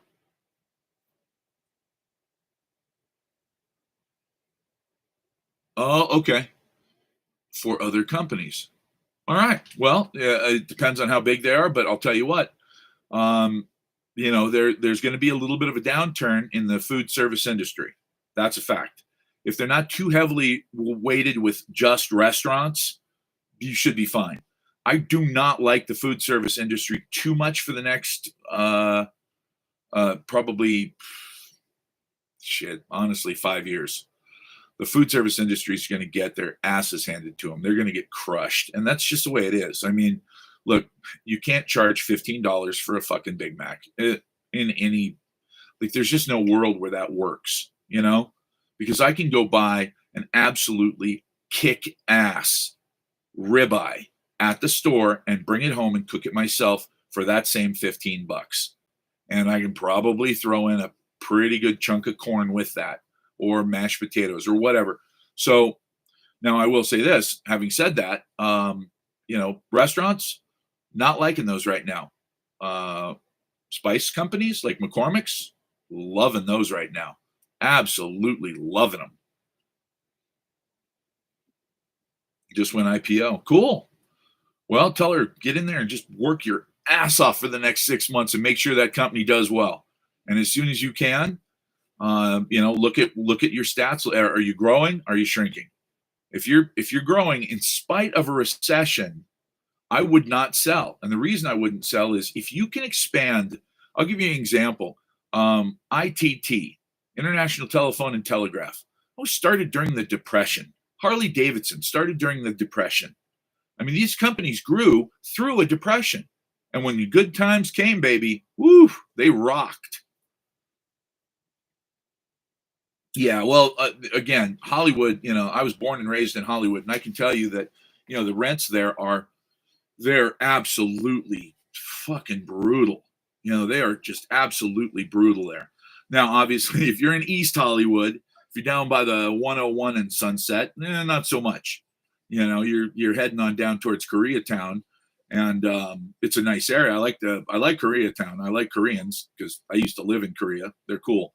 But you get up onto the Sunset Strip, and I used to live at Sunset and what the hell was that little street? Shit, Sunset Plaza Drive. So I lived at Sunset and Sunset Plaza Drive, up Sunset Plaza Drive a little bit, right there in the heart of all that crazy shit. They're growing but established in almost every state. Awesome. Ew, avoid McCormick, too many preservatives, salt, and other junk. Try local spice shops. You can't invest in local spice shops. I'm talking about buying their stock, not their product. Although I do buy their product anyway. Look, man, you can only spend so many hours a day going over what's in this, what's in that. I mean, you drive yourself crazy. And you can choose to eat macrobiotic tofu chili for the rest of your life, but then you become one of those people that's like, yeah, I'm so fucking healthy. I just want to stab myself in the eye with a fork. Oh, don't be that guy. Just, the human body is pretty good at eliminating some shit. Like, for instance, sodium silicoaluminate, which, of course, they put in table salt. Sodium silicoaluminate, by any other term, would be called sand. Yeah, that's right, baby. They put sand in your stuff. And, they call it an anti-caking agent, along with a few others that are probably not even as healthy. So, you just got to be careful what you eat. But, hey, sand, yep, swear to God. Sodium silicoaluminate. Now, they don't put that in my Himalayan pink salt. Yeah, that's right. Pink can be manly, especially salt. You can be salty and pink at the same time. I pray to God AI understands what I just said and does not restrict me for that, because that really had absolutely zero adult content. That just sounded really odd, but yeah, that's not where I was going with that. Sodium silicate is good for your body. Oh no, I said sodium silicoaluminate. Yeah, it's a whole different ball game, baby. That's what they make your windshields out of. It's pure white sand. Melted down, it turns into glass. You're welcome. I'm wrong. Let me read my salt shaker. Oh, that's right. I have Himalayan salt. It doesn't have any ingredients except salt. Which is why nothing came out just now, because I have to hit it against something every time I want to use it, because there's nothing in it for anti-caking. But that's okay. I'm not afraid to bang my salt. Jesus Christ. I just can't.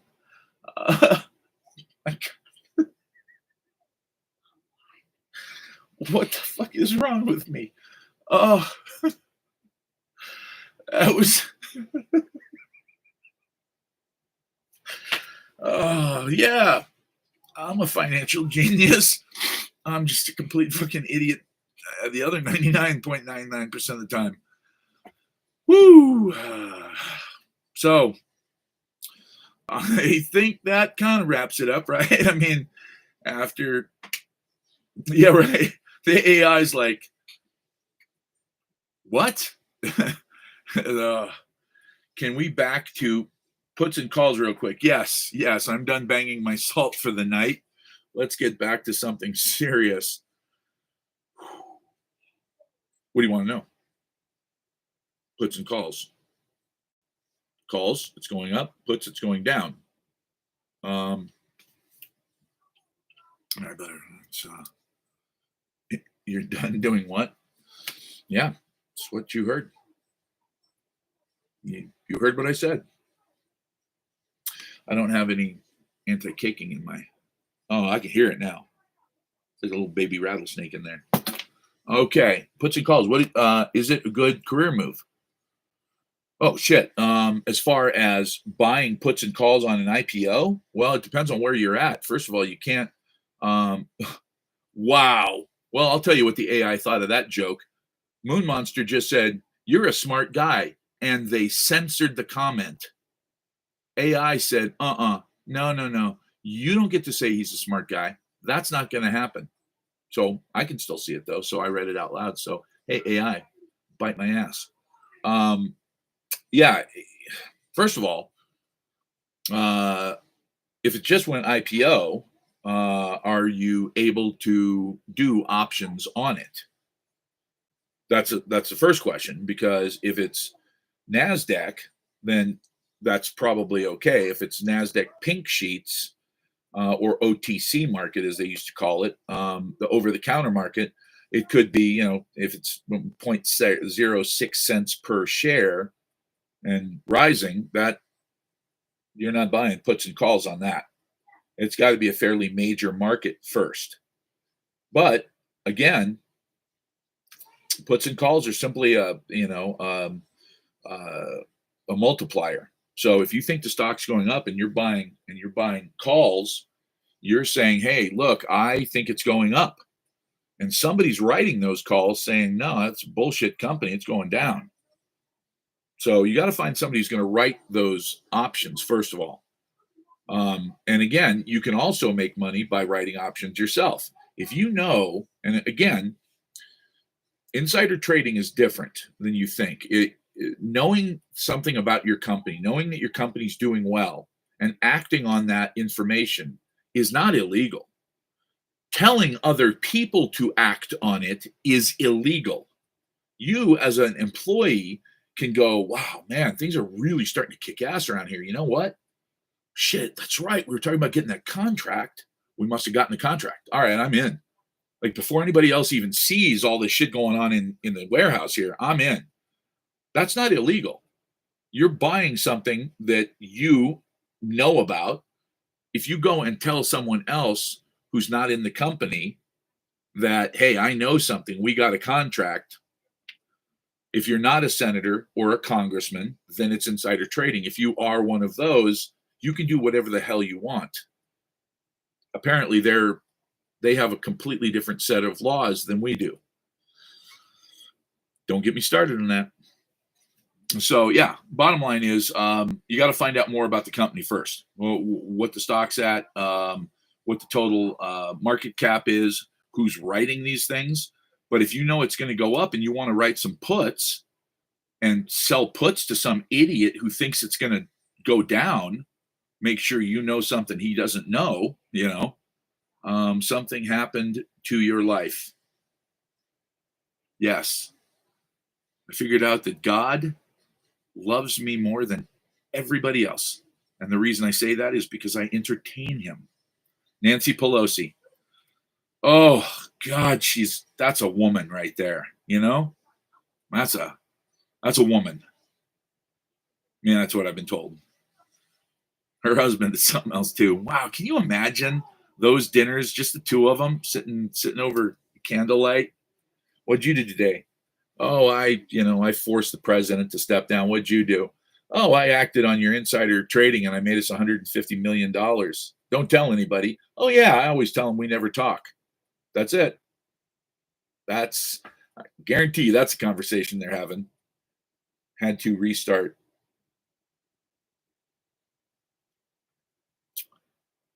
That's a stock trader there. Yeah. You bet.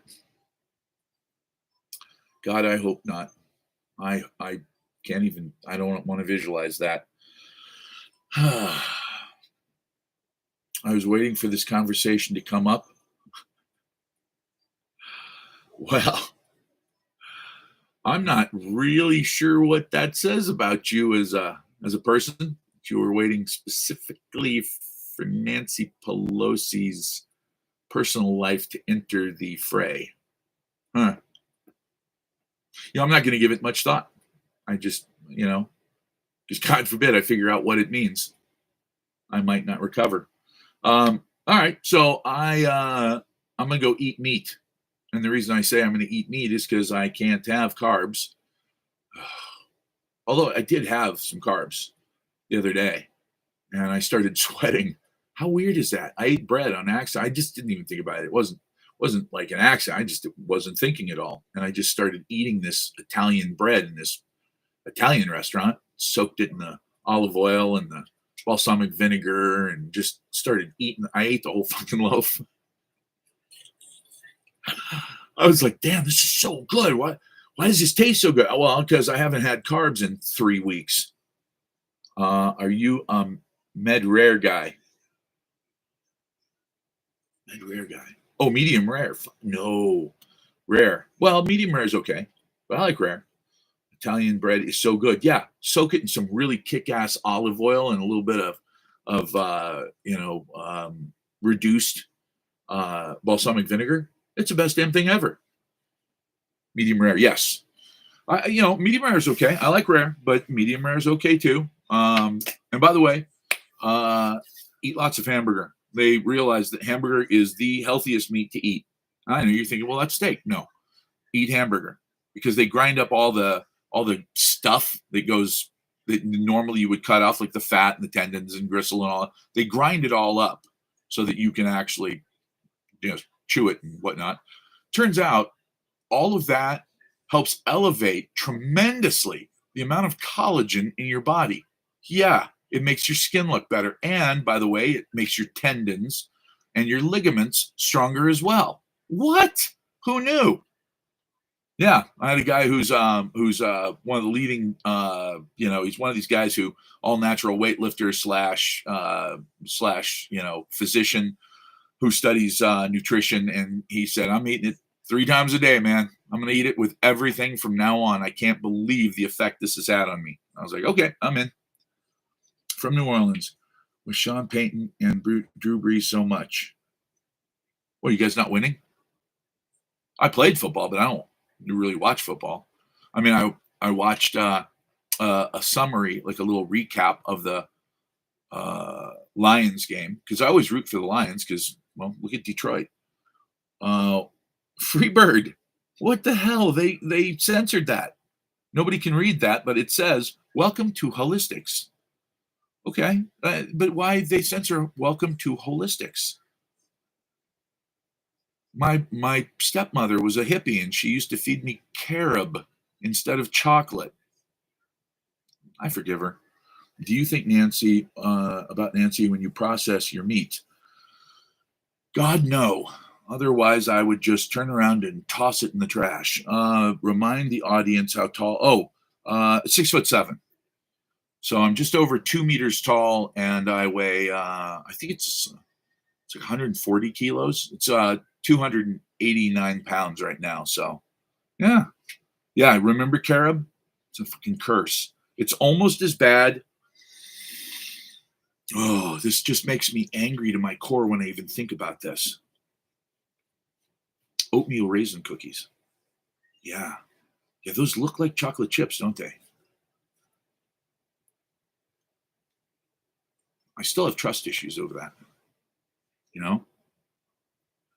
There's nothing more disconcerting for a young lad like myself at the age of, say, 8 years old, to find an unmolested dozen cookies sitting right there on the counter and thinking, my God, my parents must really be drunk.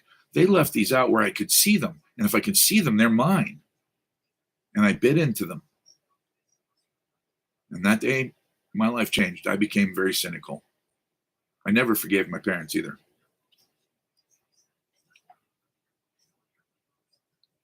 That BC, my ex-mother-in-law told me that because my ex was 6'8". I don't even know what that means. Oh, well, I missed the first part. That's why. Well, I guess you could say some tall guys are hot. I in Arizona in the summertime, all I have to do is blink, and I am overheated. Yeah, so I take on hot in way more ways than one. I literally hate the summertime here. Now, the good news is it's only going to be 60 something degrees outside as the high tomorrow, which means I'm going to be outside, be running around in a t-shirt and shorts, in my flip-flops, just like I am when it's 35 degrees outside. The only thing I do is I wear gloves, just, athletic gloves, because my hands hurt from MMA and boxing. Not bad. I mean, it's not like, oh my God, it's going to rain. My hands hurt. No, I don't. Yeah. Whining is not my gig. So, but they do get a little stiff. So if I wear gloves, they don't get stiff, and I can actually do things like scratch. How old am I? I am almost 60 now. 59. I know, crazy, right? 59 years old. What the hell? I know you were thinking, wait a minute. Your dad's 59. No, 59. As a matter of fact, and this is real, by the way, some guy came on the other day and he was like, hey, man, nice toupee. I was like, what? Toupee? Why would I? Oh, I guess it makes sense. William Shatner's had a toupee since he was about 14. If you watch every year of Star Trek, it came down a little farther. And then by the time he was on that other show, it was awesome. It just damn near touched his eyebrows. Well, thank you. I appreciate that. I feel great. I feel fucking awesome. That's the thing is when people ask me, like, what's it like? It's like, what's it like? It's like being 25. I don't feel any different, although I probably actually feel better now because I drank a lot when I was 25. But as far as strength, I'm just as strong as I was. I can't run quite as far, but hell, when you're 6'7" and you weigh damn near 300 pounds, you don't run anyway, unless you're chased by a mammal that's larger than you. Ha! Not in this state. Well, I guess elk. Technically, yeah, elk. By the way, I was playing with a baby buffalo the other day, and I realized how insanely dangerous they are. Babies. This little guy was 5 months. He is 5 months old, and I was petting him, and guy I know owns him here in Cave Creek, yeah, and it was amazing because he would move his head from side to side, and he would accidentally thump me in the forearm with one of his horns while he was doing that. And I thought, as hard as he just hit me with that little horn that's only this long, if he were a full-grown buffalo and he swung his head to the side and I were happened to be standing there and let's just say he didn't see me, no, nothing aggressive, just swung his head from side to side, it would kill me. No question. No question. And I realized guys used to hunt those fuckers with sticks.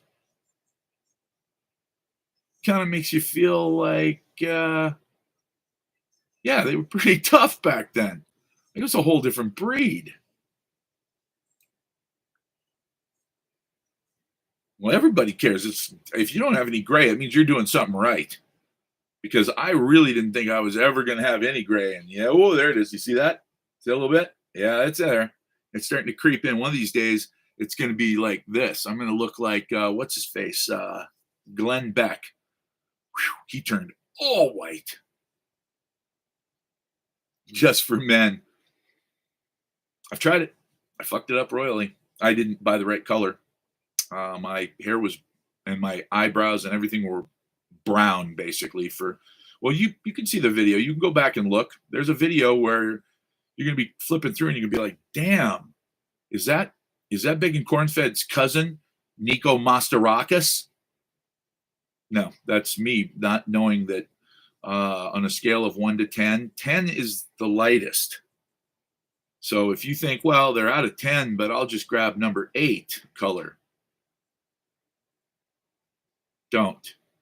That's basically brown. Don't use dye on eyebrows. Do you see my eyebrows? No, you don't see my eyebrows. You know why? Because I don't have any eyebrows. I mean, they're big and bushy.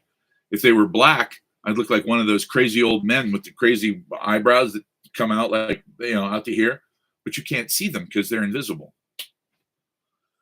Copper gray hair is a lack of copper in your system. Gray hair. Okay, I was like, copper gray. I don't know what copper gray is, but okay, copper, comma, gray hair is a lack of copper in your system. Oh, in our system. Okay. Frankly, yours just commented ... You guys see that? That wasn't censored. That's odd. Of all the things that get censored, I would have censored that if I were AI. I would have been like, oh yeah, frankly, what are you trying to intimate? Not implicate, idiot boy. Intimate. I love the English language. It can be really awesome. Awesomistic. It's a word. I made it up, but it's a word now because I made it up. So there you go. All right, guys. Well, I'm going to go eat meat and beat my salt so that I can salt my meat. And tomorrow we will talk about what's going on in the market. I think it's going to be a kick-ass day. Let's see. One more time. Let's go. One more time. Where are we at? Okay. What did I do? Oh, I must have gone to the wrong one. Okay. Where are we at? Come on, silver. Come on, silver.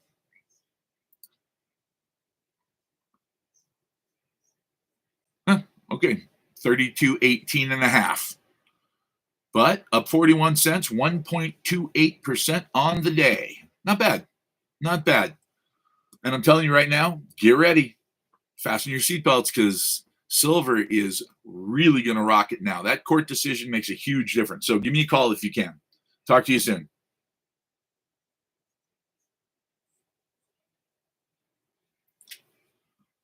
All right. Who's on my live stream?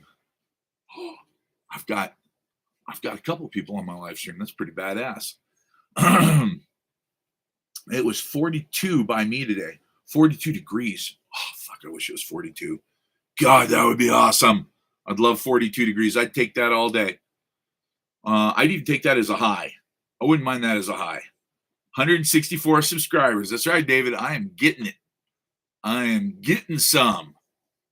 Pretty soon, it'll be about 500,000. Maybe more. We'll see. All right. You guys take it easy. I will see you soon.